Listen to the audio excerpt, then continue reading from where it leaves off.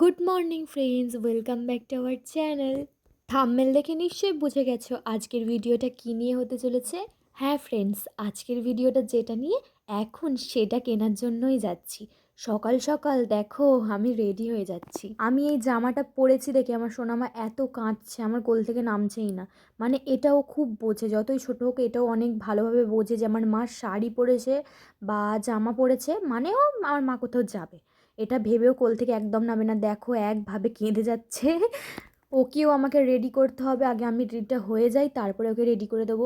কিছুই আমি রেডি হইনি, শুধু একটা চুড়িদার পরে নিয়েছি আর চুলটা যেমন তেমন করে তো আঁচড়ে নিচ্ছি, বেঁধে নিচ্ছি, তোমরা দেখতেই পাচ্ছ। সোনামার খাওয়ার জন্য দুধটাও এদিকে দিতে চলে এলো, আমি দুধটা নিয়ে নিলাম। আজ অনেক তাড়াহুড়োর মধ্যে আছি, আবার আজকেই দুধের টাকাটা দিতে হবে। মাথা থেকে বেরিয়ে গিয়েছিলো, আবার এই জেঠুটা মনে করিয়ে দিল, তো দিয়ে দিলাম দুধের টাকাটা। শোন, আমার বাবার আজকে কাজের ছুটি বলেই আজকের দিনটা আমরা সিলেক্ট করেছি এসিটা কিনতে যাওয়ার জন্য। শোন, আমার বাবা তো কোন সকাল সকাল ঘুম থেকে উঠে পড়েছে, অন্য সপ্তাহে কিন্তু এত সকাল সকাল ওঠে না, আজকে অনেক সকাল সকাল উঠে পড়েছে। উঠেই আমাকে তাড়া দিচ্ছে, তুমি কখন রেডি হবে, তুমি কখন বেরোবে, কখন শোন আমাকে রেডি করবে। আর যাদের সাথে যাব তাদেরকেও ফোন করে বারে বারে বলছিল কখন যাবে তোমরা, কখন যাবে। সেই জন্য অনেক তাড়াহুড়োর মধ্যে ছিলাম, এত তাড়াহুড়োর মধ্যে আমার সোনামাটা আবার বায়না ধরেছে।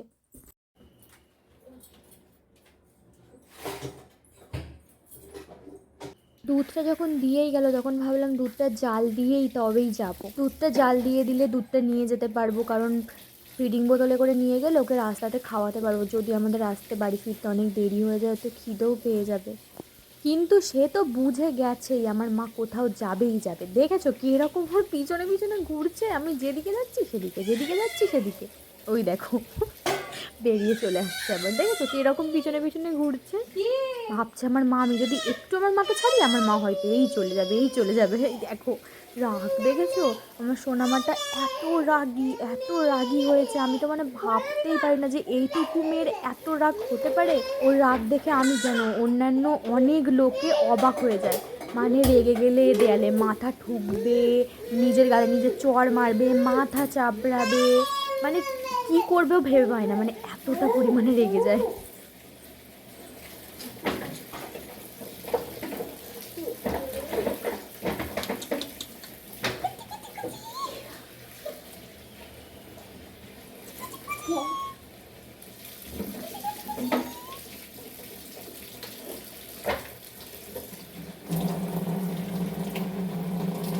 সোনামার স্কুল থেকে সোনামার খিচুড়িটা ডিমটা নিয়ে এসেছিলাম, সেই জন্য ভাবলাম ওকে খাইয়েই নিয়ে যাব।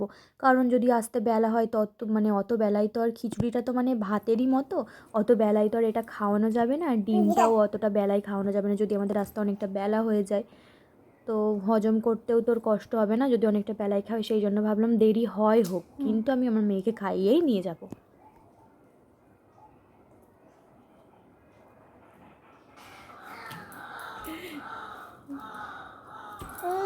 কি হলো? কি হলো, যাবি না মা?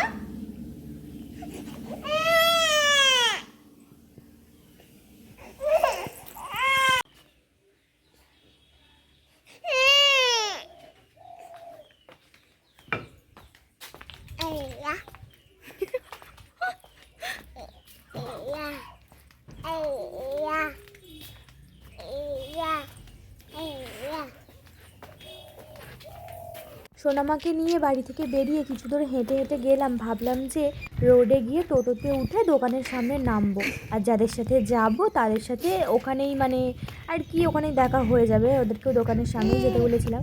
কিন্তু ওরা এখানে চলে এসেছে দেখো আমাকে নিতে। কাদের সাথে যাব তো করে যাচ্ছি তখন থেকে, কিন্তু বলছি আর না যে কাদের সাথে যাব। এই দেখো আমার ভাগ্নি আর ভাগ্নির বর, মানে ভাগিন জামাই কিছু একটা বলে, তো জামাই আর কি, ভাগ্নি আর জামাই ওদের সাথেই যাব। ওরা তো আমাকে নিয়ে যাবে বলেই এখানে এসেছে, যাতে আমি ওদের সাথে ওদের গাড়িতে চেপে চলে যেতে পারি দোকানে।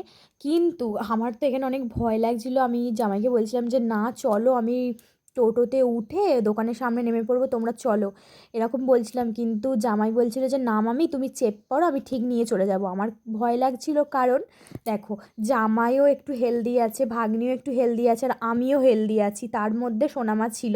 মানে একটা স্কুটিতে 3টে হেলদি মানুষ, তারপর একটা বাচ্চা আছে, মানে সেই জন্য আমার একটু ভয় লাগছিল জানো তো। কিন্তু জামাই ভালোভাবেই নিয়ে গেল। দোকানে চলে এসেছি, আমাদের বাড়ি থেকে একটুখানি দোকানটা, মানে বেশিক্ষণ যেতে লাগবে না, আমরা স্কুটিতে করে এসেছি, হয়তো 5 মিনিটও আমাদের লাগেনি।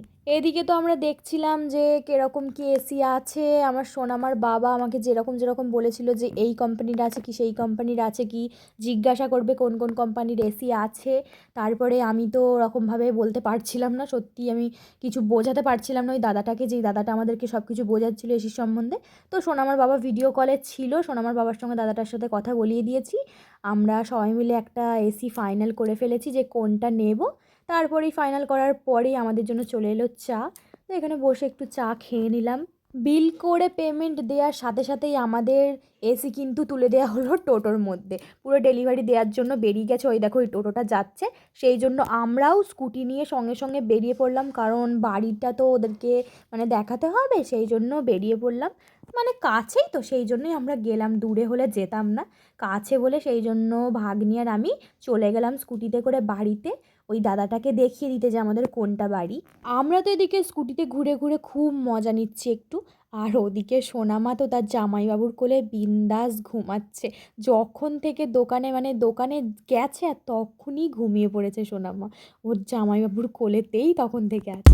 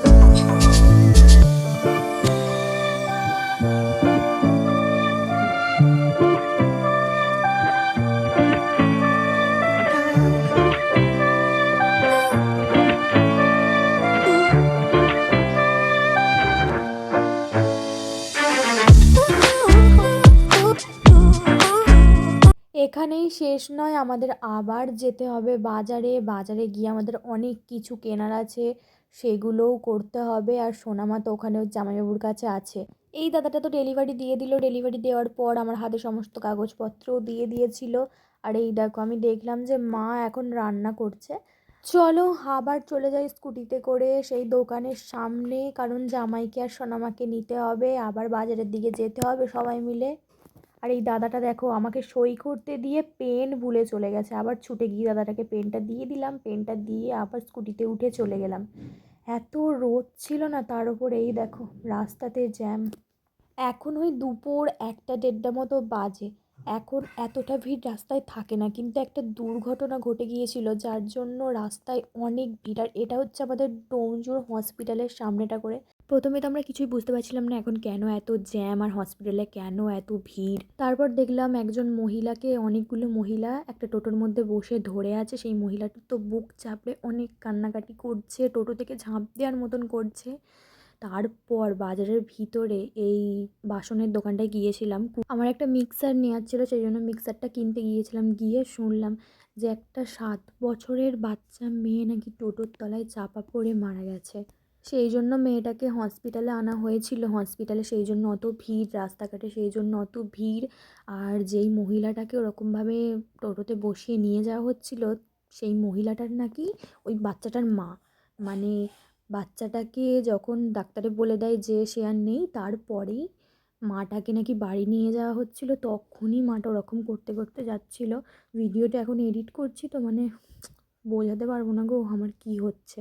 তো মিক্সারটা কিনে আমাদের আরও অনেক কিছু কেনার ছিল, তার মধ্যে আমি বিরিয়ানি কিনে নিয়েছি কারণ ওদেরকেও খাওয়াবো আর আমিও খাওয়াবো আজকে, আমারও একটু ইচ্ছে করছে। হোয়াইট সিমেন্ট কেনার ছিল, ওটাও কিনেছি কারণ আমাদের এসি যেখান থেকে নিয়েছি ওখান থেকে বলা হয়েছিল বিকেলে ফিটিং করতে যাবে, তো তোমরা হোয়াইট সিমেন্ট কিনে রেখে দেবে। হোয়াইট সিমেন্ট কিনে নিয়েছি আর একটা ফ্ল্যাগ, ওই এসির জ্যাকট্যাক গোজাটা কী বলে জানি না, ওটা কেনার ছিল, ওটা কিনেছি। একবার স্কুটি থেকে নামলাম, একবার উঠলাম, নামলাম, উঠলাম, এই করে করে পায়ে ব্যথা ধরে গেছে। আমাকে বাড়িতে দিয়ে এরা এখন বাড়ি যাবে, তো ওদেরকে তো বাড়িতে বসিয়ে খাওয়াতে পারলাম না, ওদেরকে 2 প্লেট বিরিয়ানি দিয়ে দিয়েছি, আমার জন্য 1 প্লেট বিরিয়ানি রেখেছি। আমার তো অনেক খিদে পেয়েছে, বেলা এখন অনেক হয়েছে, প্রায় 2টো বাজে। একবার ভাবছি শোন আমাকে চান করাবো না করাবো না করাবো না করাবো না, তারপরে ভাবলাম যে না, অনেক রোদে রোদে ঘুরেছে, অনেক ঘেমে গেছে, গায়ে অনেক ধুলো ময়লা পড়েছে রাস্তাঘাটের, তার উপর আবার এত রোদ এত গরম, ওকে না চান করালে ওর কষ্ট হবে, সেই জন্য ভাবলাম সোনামাকে আগে চানটা করিয়ে দিই। সোনামাকে আগে চান করিয়ে দিলাম, চান করে খাইয়ে দিলাম, খাইয়ে দিয়ে তারপরে আমি বিরিয়ানি নিয়ে খেতে বসলাম।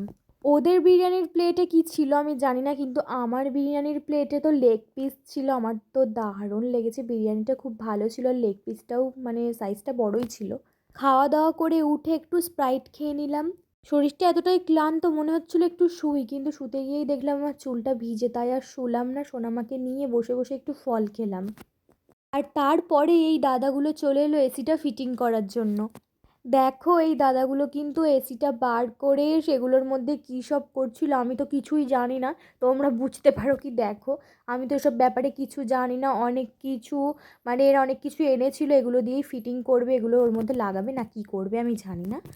সবই ঠিক ছিল, এসি কিনেছি, মনে অনেক আনন্দও ছিল, কিন্তু জানো তো যখন এই দাদাগুলো বলল এই খাটের মধ্যে কিছু একটা তুমি পেতে দাও কারণ এখানটাতে অনেক নোংরা ধুলো পড়বে, তখন তো আমার মাথায় বাজ পড়ে গিয়েছিল, ঘরের মধ্যে নোংরা ধুলো পড়বে, একে তো সকাল থেকে ঘুরে ঘুরে শরীর এত ক্লান্ত, তার উপর আবার এগুলো আমাকে পরিষ্কার করতে হবে এরা চলে যাওয়ার পর। এই দেখো ড্রিল মেশিন দিয়ে পুরো দেয়াল টেয়াল খুঁড়ে একাকার করে দিয়ে এসিটাকে লাগাচ্ছে দেওয়ালে। দেওয়ালে এসিটা ফিটিং করা হয়ে গেছে, এখানে এখন উইন্ডো বক্সটা ফিটিং করবে। তো এসিটা ফিটিং করে এই দাদারা দেখো চলে যাচ্ছে। তো চলো এই দাদাগুলো বাড়ি যাচ্ছে, এখন তো আমাকে সব কিছু পরিষ্কার করতে হবে, তার আগে তোমাদেরকে দেখিয়ে দিই এসিটা ঘরে ফিটিং করে কেমন লাগছে।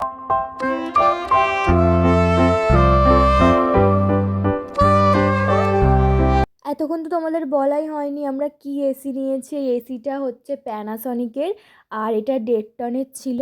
আমাদের তো 5 স্টার এসি নেওয়ার ইচ্ছে ছিল, কিন্তু দোকান থেকেই আমাদের বলছিল যে তোমরা যেহেতু রুমে লাগাবে, রুমে লাগানোর জন্য একটা 3 স্টার এসি যথেষ্ট, সেই জন্য আমরা 5 স্টার নিইনি, তো আমরা 3 স্টার এসিটাই নিয়েছিলাম। তো ফ্রেন্ডস আজকের ভিডিওটা এইটুকুই, ভালো লাগলে লাইক করে চ্যানেলটাকে সাবস্ক্রাইব করে আমার পাশে থেকো, আর তোমাদের যা ইচ্ছা তোমরা কমেন্ট করো, আমি কমেন্টে রিপ্লাই অবশ্যই দেবো। আজকের মতো টাটা।